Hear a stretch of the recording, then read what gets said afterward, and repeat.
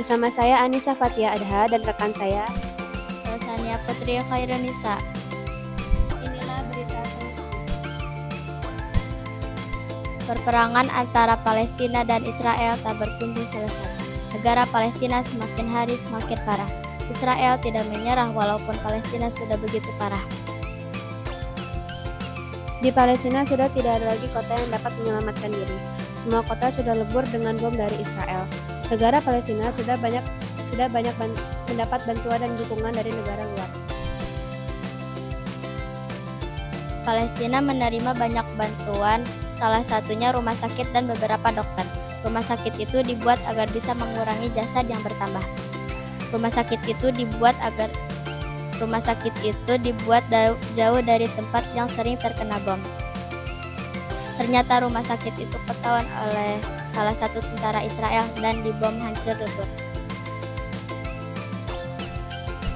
Awalnya Palestina masih memiliki satu kota, yaitu kota Gaza.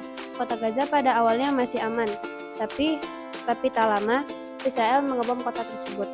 Dan tanpa kalian sadari, di kota tersebut masih banyak orang yang mengungsi atau bersembunyi, yang menjadikan kota Gaza melahirkan banyak korban. Dan di Israel dan di Palestina pun ajaran baru sudah ditutup karena sudah tidak memungkinkan untuk sekolah lagi. Berita selanjutnya seputar perkiraan cuaca yang akan disampaikan oleh rekan kami, Melisa. Silahkan. Baik pemirsa, untuk perkiraan cuaca hari ini, untuk wilayah Purwakarta dan sekitarnya mengalami kehalang suhu sekitar 31 derajat Celcius. Suhu ini menunjukkan terjadinya kemarau khususnya di sekitar Purwakarta. Untuk wilayah Karawang dan sekitarnya, cuaca mengalami peningkatan yang lebih dibanding Purwakarta, yaitu sekitar 34 derajat Celcius. Dan sebagian besar suhu di Indonesia mengalami peningkatan yang cukup ekstrim karena adanya perubahan suhu. Itulah perkiraan cuaca dari saya. Saya kembalikan kepada Sania Putri Khairunisa dan Anissa Fatia Adha.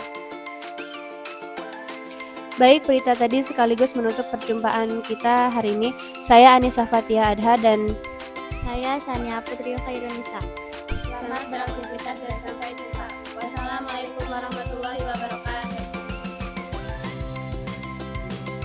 Assalamualaikum warahmatullahi wabarakatuh. Halo pemirsa, kembali lagi bersama kami dalam liputan iNews. Bersama saya Kansa Airano Haifa dan saya Kinara Kilanafis. Inilah berita selengkapnya. Rumah Tongkonan. Tongkonan merupakan rumah adat suku Toraja di Sulawesi Selatan. Kata Tongkonan berasal dari tongkon yang berarti menduduk atau tempat duduk. Dahulu, rumah Tongkonan menjadi tempat para bangsawan Toraja berkumpul untuk melakukan kegiatan diskusi. Rumah adat ini dahulunya berfungsi sebagai pusat pemerintahan, kekuasaan adat, sekaligus berkembang kehidupan sosial budaya masyarakat Toraja. Bentuk rumah adat Tongkonan unik. Atap rumah Tongkonan melengkung menyerupai perahu atau tanduk kerbau. Atap ini terbuat dari susunan bambu yang ditutupi dengan injuk hitam. Pada bagian depan rumah terdapat deretan dekorasi tanduk kerbau yang ditancapkan. Selain itu, ada juga ukiran pada bagian dinding rumah menambahkan cantik bangunan ini.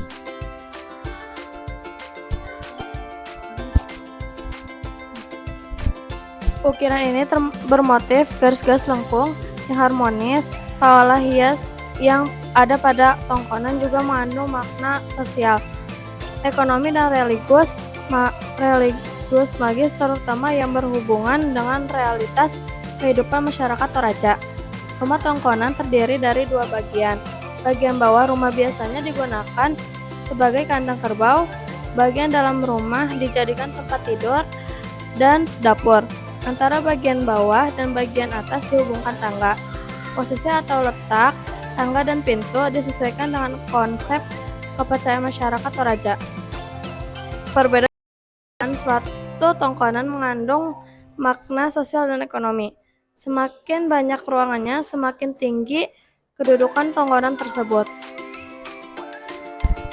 Berita tadi sekaligus penutupan perjumpaan kita pada hari ini. Saya Kinara Kilanafis dan rekan saya Kansa Airano Haifa.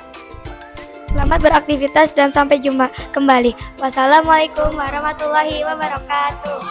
Assalamualaikum pemirsa, kembali lagi bersama kami dalam liputan Aines. Bersama saya Zahra Nurul Khotimah. Dan saya Jelita Dulu Azizah. Inilah berita selengkapnya. Tumpukan sampah di Indonesia. Sampah di Indonesia sudah sangat banyak, tidak hanya di TPA-nya saja, tetapi sampai ke sungai dan lautnya. Itu karena warga Indonesia membuang sampah secara bercampuran dan ada beberapa orang yang membuang sampah sembarangan. Kini banyak perwakilan dari para pengurus memproses sampah yang sedang mengajak warga agar membuang sampah sesuai jenisnya. Ada yang organik dan non-organik, dan sampah yang berbahaya. Berita selanjutnya seputar perkiraan cuaca yang akan datang dibawakan oleh rekan saya, Lisa Rahani Putri. Baik pemirsa, untuk perkiraan cuaca hari ini di Purwakarta dan sekitarnya 38 Celcius. Suhu ini menunjukkan terjadinya kemarau, khususnya di Purwakarta. Sekian dari saya, Nisa Rehani Putri. Berita tadi sekaligus penutup perjumpaan kita hari ini. Saya Zahra Nurul Khotimah. Dan saya Jelita Dulu Azizah. Kami pamit undur diri. Sampai jumpa dan selamat beraktivitas. Wassalamualaikum warahmatullahi wabarakatuh. Assalamualaikum warahmatullahi wabarakatuh. Pemirsa, kembali lagi bersama kami dalam DTV. Bersama saya Fairuz Farati Solihah. Dan saya Gaitsa Rayhana Ahmad. Inilah berita selengkapnya. Pada tanggal 24 November 2023, Palestina telah kembali diserang oleh Israel.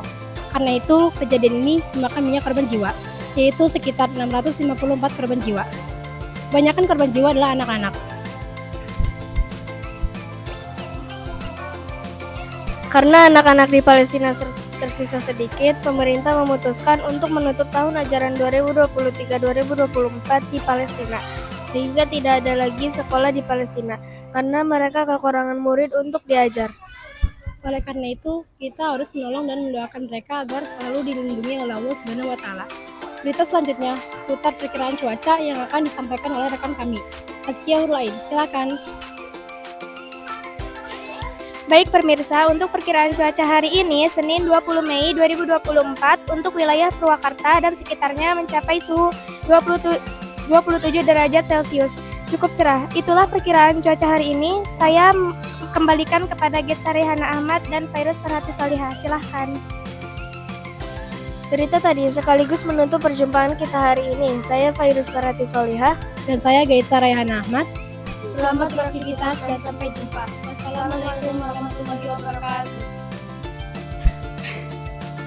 Assalamualaikum warahmatullahi wabarakatuh.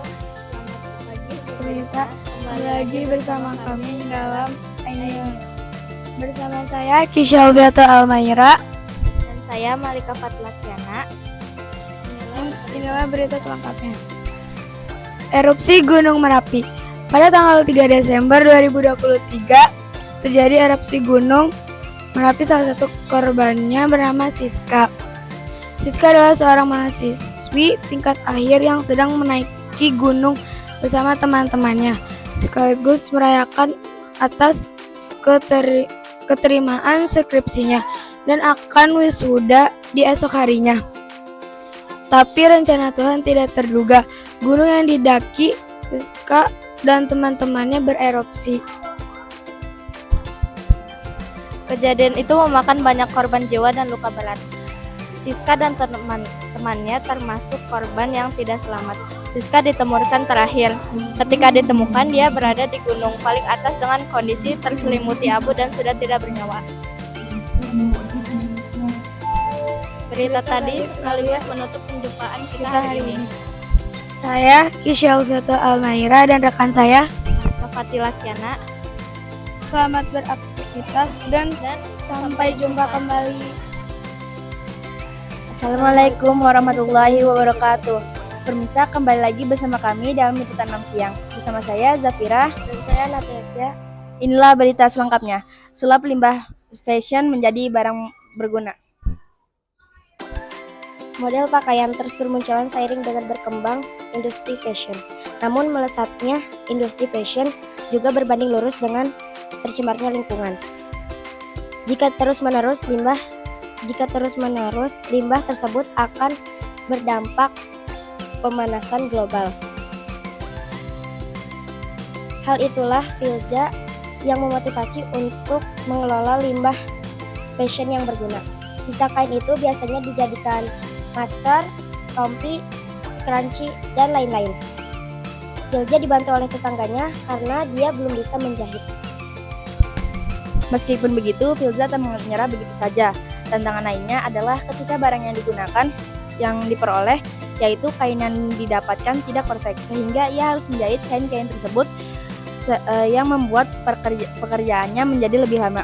Usaha Filza dalam mengurangi limbah fashion dan menjaga kelestarian lingkungan membuat masyarakat sedikit demi sedikit sadar akan pentingnya meminimalkan sampah lewat proyek pengolahan limbah fashion.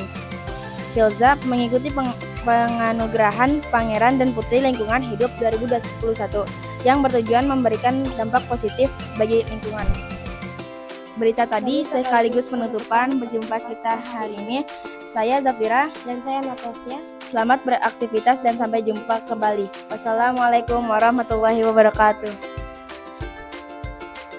Assalamualaikum pemirsa, kembali lagi bersama kami dalam acara B-News. Bersama saya Armilati Syafia Zahra dan rekan saya Fiza Zakia Sakti. Inilah berita selengkapnya. Guna melestarikan lingkungan, sejumlah bibit pohon ditanam untuk menciptakan Kalimantan Utara hijau. Selain itu, gerakan menanam bagi masyarakat harus digencarkan, minimal menanam tanaman di halaman rumah. Sebagai upaya pelestarian lingkungan, gerakan perempuan menanam pohon yang dibawahi oleh Badan Kerjasama Organisasi Wanita atau BKOW Kalimantan Utara menggelar kegiatan menanam pohon di salah satu pondok pesantren yang ada di Kabupaten Bulungan. Hal ini dilakukan guna mengurangi stigma masyarakat terhadap perempuan hanya bisa mengurus rumah tangga dan masak-memasak. Ketua BKOW Kalimantan Utara Ainun Farida ingin menunjukkan bahwa wanita bisa berbuat dan melakukan upaya nyata dalam pelestarian lingkungan. Selain itu, kegiatan menanam pohon ini juga untuk mengajak giat menanam pohon guna membangkitkan ekonomi keluarga. Berita selanjutnya seputar perkiraan cuaca yang akan disampaikan oleh rekan kami, Siti Wulandari. Silakan Siti Wulandari. Baik pemirsa, untuk perkiraan cuaca hari ini Senin 20 Mei 2024 untuk wilayah Purwakarta dan sekitarnya mencapai suhu 27 derajat Celcius. Cukup cerah, itu saja perkiraan cuaca hari ini. Saya kembalikan kepada Armilati Syafiah dan Fiza Zakia Sakti. Silahkan. Berita sekaligus penutup perjumpaan kita hari ini. Saya Armilati Syafiah Zahra Dan saya Fiza Zakia Sakti. Selamat beraktivitas dan sampai jumpa. Wassalamualaikum warahmatullahi wabarakatuh.